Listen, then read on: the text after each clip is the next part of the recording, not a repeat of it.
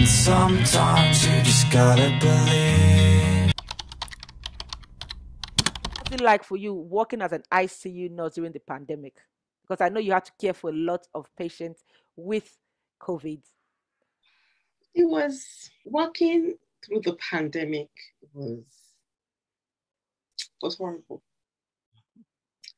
I've never experienced anything like that. Wearing masks, wearing like I think for me, the gears was what was really you cannot understand it until you are wearing this thing for 13, 14 hours. You know, your toilet breaks are timed because of the exactly PPE. You can't drink because you can't remove your masks. Wow. It was, I don't know. I don't even like talking about it because it was just horrible. It was traumatic. Whoever that COVID, it was traumatic. Yes, traumatic. I think that's the word. Yeah, COVID was not. I had mask acne. I don't know if you know what they call mask. Because of I had rashes on my face from wearing masks, like rashes, scratchy. So yes. So before I wear mask, they provided us with tapes. I had to put a cream. I had to put tapes on my face. It was just really hard. I can imagine. Going to work, during that period, every time I was going on a shift, I had to mentally psych myself up. Mentally get yourself prepared for what is ahead of you for that shift. Yeah, like, and because you also know that your colleagues depending on you being there, your patients are depending on you being there. You had to go. You had to. I wanted to help. I had the option of not doing it. I could have said, no, I'm not doing it. But I was like, you know what?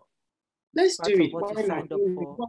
It was tough waking up in the morning or waking up at night, going for a night shift, going for a day shift. It was even more horrible at night because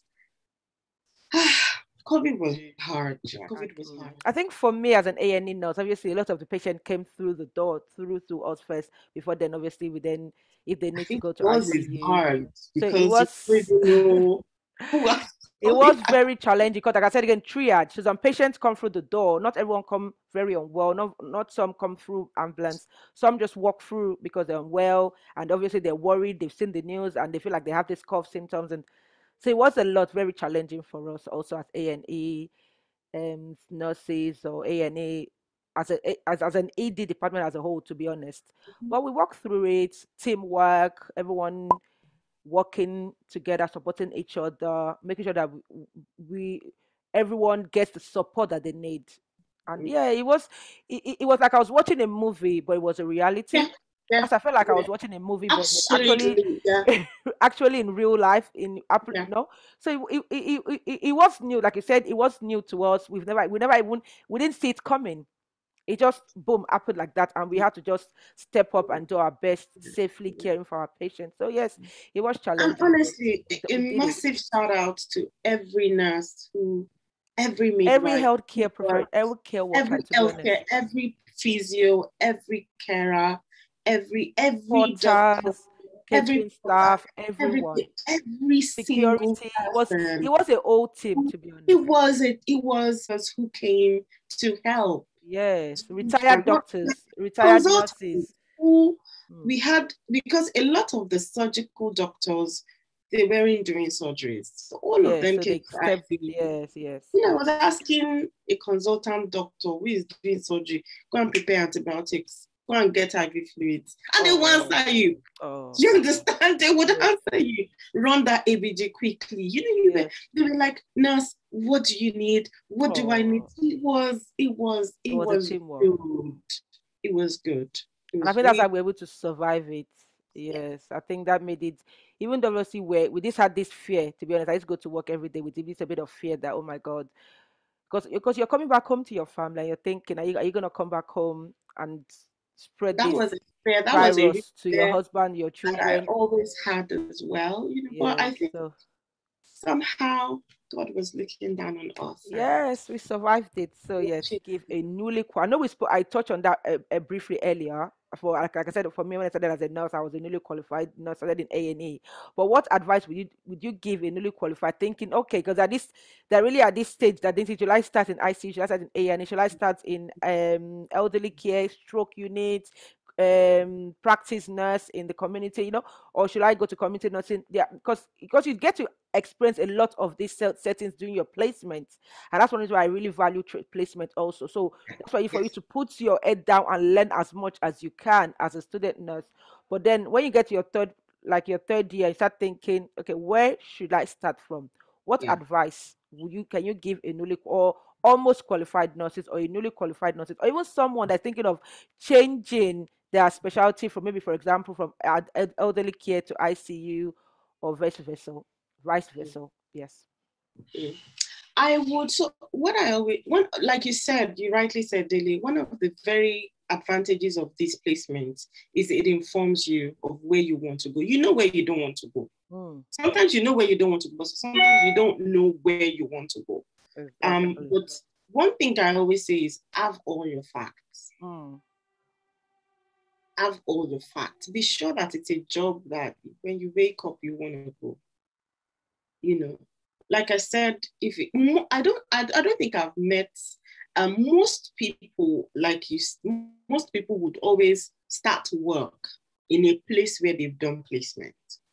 yes. But sometimes not everybody does. Some people Yes. choose to go to other areas. Mm, But it is very important to have all your facts. mm, Make sure you go there, shadow them, see what they do on a daily basis, mm, ask questions, research. If you know people who have worked in that department, if you know people who have done that specialty, reach out to them, ask them questions. Okay, so what's the job like? What are the risks? What are the benefits? What's the team like? Sometimes it's not about the job, sometimes it's about the team. mm. Nursing is hard work, It is. hard work. I mean, what we do is hard. Mm, Do you understand? You want a team that supports you. You want a mm, team that would look after you. You want a team that has your best interest at heart. You qualified nurse who's wondering, what do I do? How do I get a mentor? mm, Speak to somebody, have somebody who has walked the walk mm, before you, let them give you the facts, let them tell you, sit down with them. What's the most important thing for me? Do you understand? If you're a mom with young children and you know that working shift is going to be very hard or difficult mm, for you, and you know that you're not able to, it's going to be a major problem. mm, And mm. you know that Childcare. childcare is going to be childcare is a major problem It for is. It is. nursing. It is. It So is. you need to factor those things. Working shift, is it good for my family? Mm, Um, you know, starting out in primary healthcare, would it be better? mm. Do you understand? Exactly. That's working in the Wait till community when they at nine when they to get five, older. and when they get older, Mm, I can explore these other opportunities. The yes. amazing thing that people also don't know is that COVID has also opened up a lot of nursing Remote roles. working. Yes. So many roles out there that you can do that is not bedside. Mm. End of the day, the decision is still yours. Yes. The decision Exactly. still lies with you, but have your fact at hand. And also go for the job that you know that you can be your absolute best. I Exactly. cannot be my absolute best in A&E. I know that for a fact. Because at the end of the day, we are all created differently. You don't have to do what A Definitely, is yeah, doing. absolutely. And another thing Absolutely. that I would like to touch on before we finish this video is sometimes we get this self doubt. I remember when I started in A&E, if someone would have told me when I started as an A&E, I just sometimes it's just to encourage anyone out there, even for myself, because there's some things that you should doubt yourself in. Remember when I started 7 years ago in A&E, I cannot believe that I'll be here today. I said I was already looking for a new job. I was thinking this is not for me. It is too much for me. I feel like It's I was about to impossible. crash. You're But not there were good people enough. supporting. There were people. They were like mentors. You have this Mm. mentorship program. There were people that supporting me. I feel like self doubt also kicked in. Like, oh, daily, this is because, like I said, I never did A&E placement. So I feel like, oh, maybe because I didn't do that, I didn't really know what I was getting myself into, and. So if you're having that self doubt and you're doubting yourself at the moment, just tell Let me yourself. not cut you short. I remember the first time I looked after a filter patient. Filter is the temporary kidney machine that we use in ICU. I remember those were two things that really, I almost shit in my pants. Filter, and the first time we did emergency intubation. So you will have a period where maybe a patient is deteriorating so badly and their SATs is just dipping and dipping. They've tried everything and it's not working, and they need to intubate the patient now. You're the nurse looking after that patient. You're the one who is going to be in charge of the whole procedure. So the doctors are going to get the crash trolleys. You're going to be the one who's going to get the equipment. You're going to be the one assisting them. And it is not a time where you're dilly-dallying. It's not. It's a time where you need to know exactly what you're doing. They're asking for A, you are giving them A. You cannot give them D or E or F. Because it's a matter of life or death. Exactly. You understand? And setting up a ventilator as well is I had to take pictures. I had to go and watch things on videos. YouTube. Exactly. How to set up a ventilator. I had to do all this extra legwork on my days off. Yes. Just be confident. I remember about somebody, I remember that day, one of the girls that was ahead of me, very nice, she was cheering me on. If you've got this, you give them, that's what they need. That's what she was there supporting me, giving me pep talks. If don't worry, you're doing this, don't worry, you're doing that. Helped me. That's why I said team is very important. Yes. Team is very important, because the truth is, every time we did one thing, I remember the first time I ran ABG, the first time I ran an arterial line, the very first was it was difficult. If the first time I spiked an IV bag, it was daunting, because I was like, okay. Do you understand? Yeah. But now I can spike the IV bag in my sleep. I can break. There's these things. The more you do it, the practice better. Makes perfect. They said nobody was born knowing how to give medication through a central line. Exactly. Nobody was born knowing how to read ECGs. Nobody was born knowing how to deduct urine output, input and output. Nobody was born with those skills. We learned it. And something I've also realized is that, sorry to cut you, you learn on the job. I think sometimes you want to start a job and you want to know it all at the beginning of it. How can you know it all? That means you're already experienced to do that job. Yeah. Especially as newly qualified. You're a newly qualified nurse. That's why they call it newly qualified.